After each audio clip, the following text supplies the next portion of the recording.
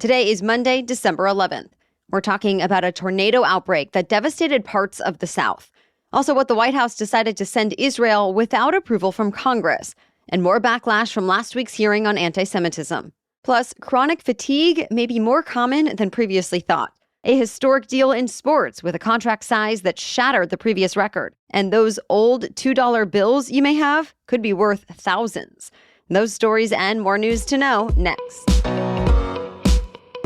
Welcome to The Newsworthy. All the day's news in around 10 minutes. Fast, fair, fun, and on the go. I'm Erica Mandy. Thanks so much for being here. You ready? Let's do this. Well, people in the Southeast are now cleaning up and grieving from a weekend full of severe storms, including tornadoes.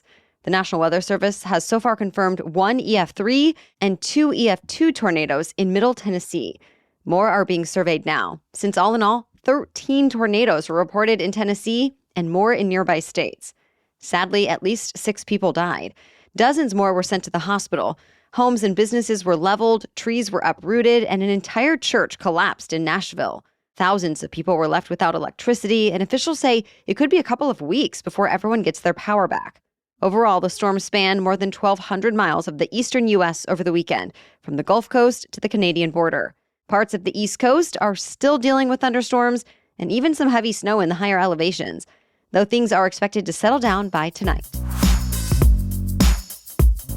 Congress is still trying to come to a consensus on foreign military aid. But as lawmakers debate, the Biden administration has decided to go around them. The State Department approved an emergency sale to send nearly 14,000 rounds of tank ammunition to Israel as it ramps up its invasion in the Gaza Strip.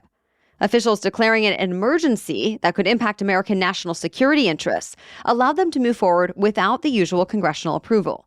Still, Congress is considering more aid for Israel and for Ukraine. Elsewhere in the world, Israel is facing more pressure to scale back in the face of a humanitarian catastrophe in Gaza. The Hamas-controlled Gaza Health Ministry says 18,000 people have died so far, 70% of them women and children.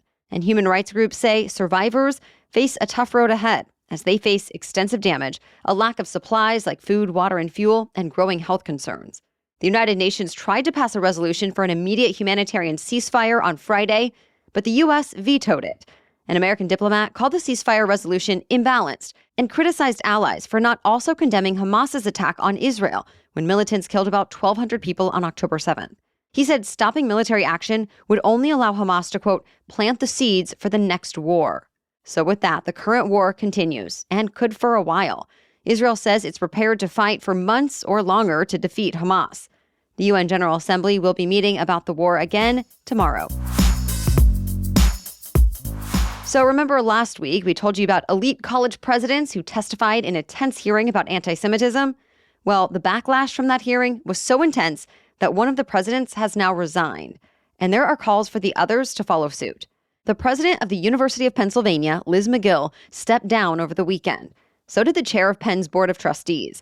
The issue is, ever since the Gaza war broke out, Penn says it's been trying to balance protecting free speech and allowing protests while also combating hate speech. But many Jewish students have said they feel unsafe, and big-time donors have threatened to withhold their donations. Then the backlash got even more intense after more people saw a specific exchange from that hearing. The one when Congresswoman Elise Stefanik asked the university leaders if calls for the genocide of Jewish people would constitute harassment. And none of them just said yes. Penn's president said, quote, if the speech turns into conduct, it can be harassment. McGill has since said that from a moral standpoint, a call for Jewish genocide is reprehensible, but that she was speaking from a legal standpoint, saying speech alone cannot be punished. But it seems the damage was already done. Stefanik is among the critics now calling for the presidents of Harvard and MIT to step down as well. And she said all three should expect an official congressional investigation. Today, representatives from almost 200 countries will be faced with their most controversial issues so far at the United Nations Climate Summit, whether to call for a wind-down in oil and gas. Any mention of fossil fuels would mark the first time countries have directly addressed them in 30 years of UN climate talks. And many activists say they've waited long enough. Hundreds of protesters rallied over the weekend in what was the biggest COP28 protest yet. It was especially unusual in the United Arab Emirates, where any form of protest is severely restricted. Demonstrators had to follow specific rules about what they could say, where they could walk, and what could be written on their signs. Still, many of them say it was worth it to remind leaders that what they're really negotiating about, the planet's future. The summit is set to end tomorrow. By the way, the host of the next UN climate conference was just chosen, and it's another country that relies on oil and gas, even though the UAE got a lot of pushback for being host this year. Azerbaijan was picked as the home of COP29, and fossil fuels make up more than 90% of its exports. Now keep in mind, the host of the climate summit can have a lot of influence on its agenda and outcomes. We have much more news for you still ahead, but first, a break for our sponsor. The new year is coming up, but you do not have to wait to start making your health a priority because Copilot makes it so easy. The app gives you a real-life fitness coach who will customize workouts for you and your individual needs and goals. No fitness fads here that will just fade out by February either, because you're set up for success with a personalized plan that your coach can adapt for you as needed. And yet it's actually still affordable. My experience has been really, really impressive. My coach, Megan, has created this perfect workout plan for my busy lifestyle that I can do anywhere on my own time. And she has been so supportive, cheering me on, holding me accountable, and still being understanding if I miss a workout. I'd love for you to follow my lead to get fit and feel fabulous. Give Copilot a try to find out why it was listed by Forbes as the top-rated personal trainer app of 2023. Head to go.mycopilot.com/newsworthy to get a 14-day free trial and 20% off your first month of personalized fitness with your own personal trainer if you sign up before February 1st, 2024. That's go.mycopilot.com/newsworthy to get a free 14 days trial and 20% off your first month. Sign up for the new year and let Copilot help you reach your fitness goals. Okay, now back to the news. Tonight, millions of Americans will be able to see a one-of-a-kind eclipse.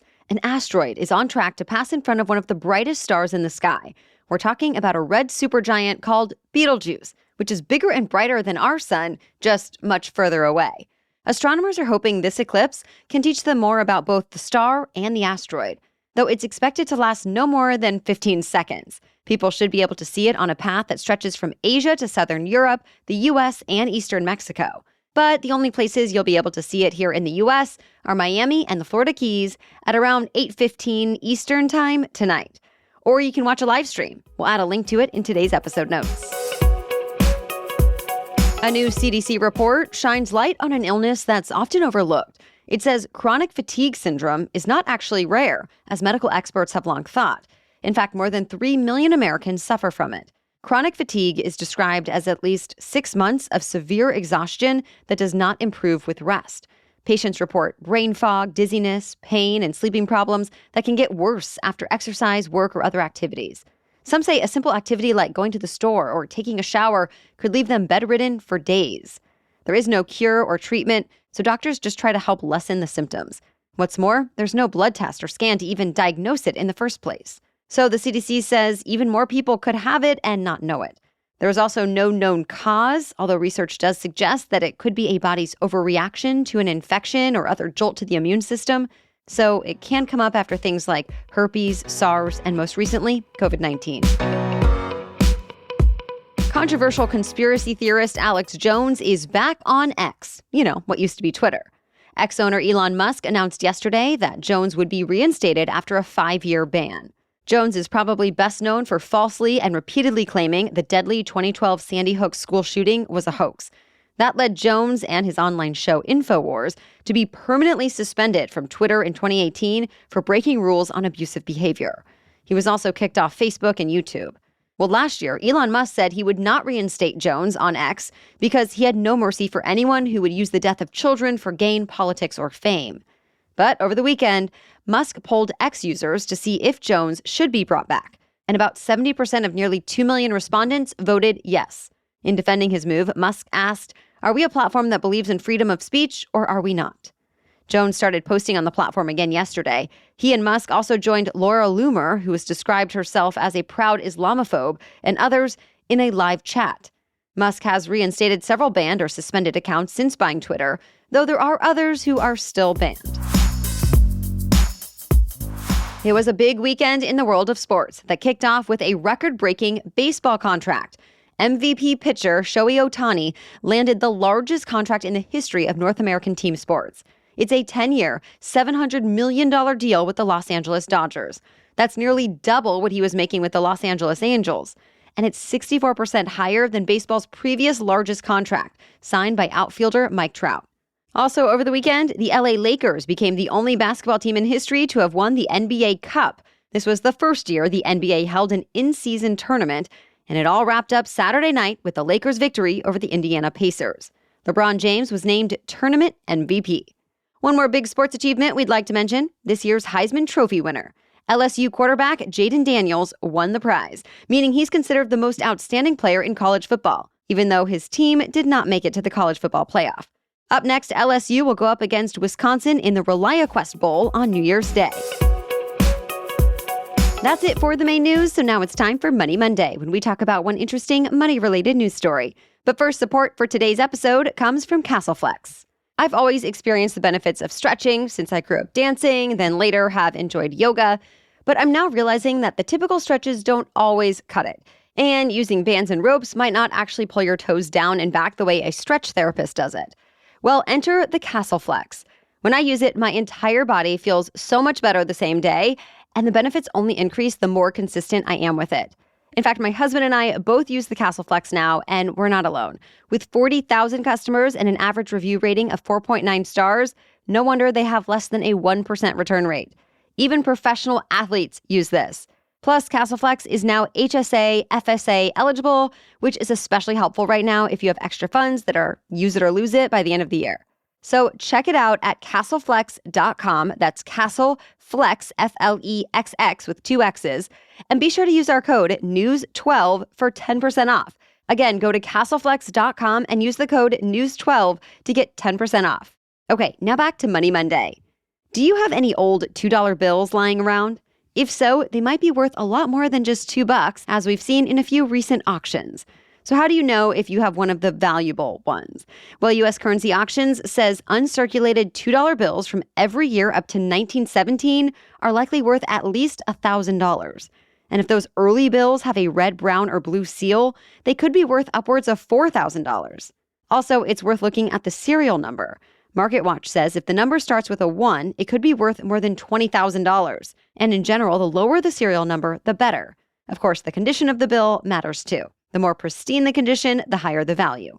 All that said, the vast majority of $2 bills aren't actually worth more than face value. But if you want to look just to make sure you don't actually have a jackpot on your hands, you can check it out at uscurrencyauctions.com. All right, thank you so much for listening today and every day.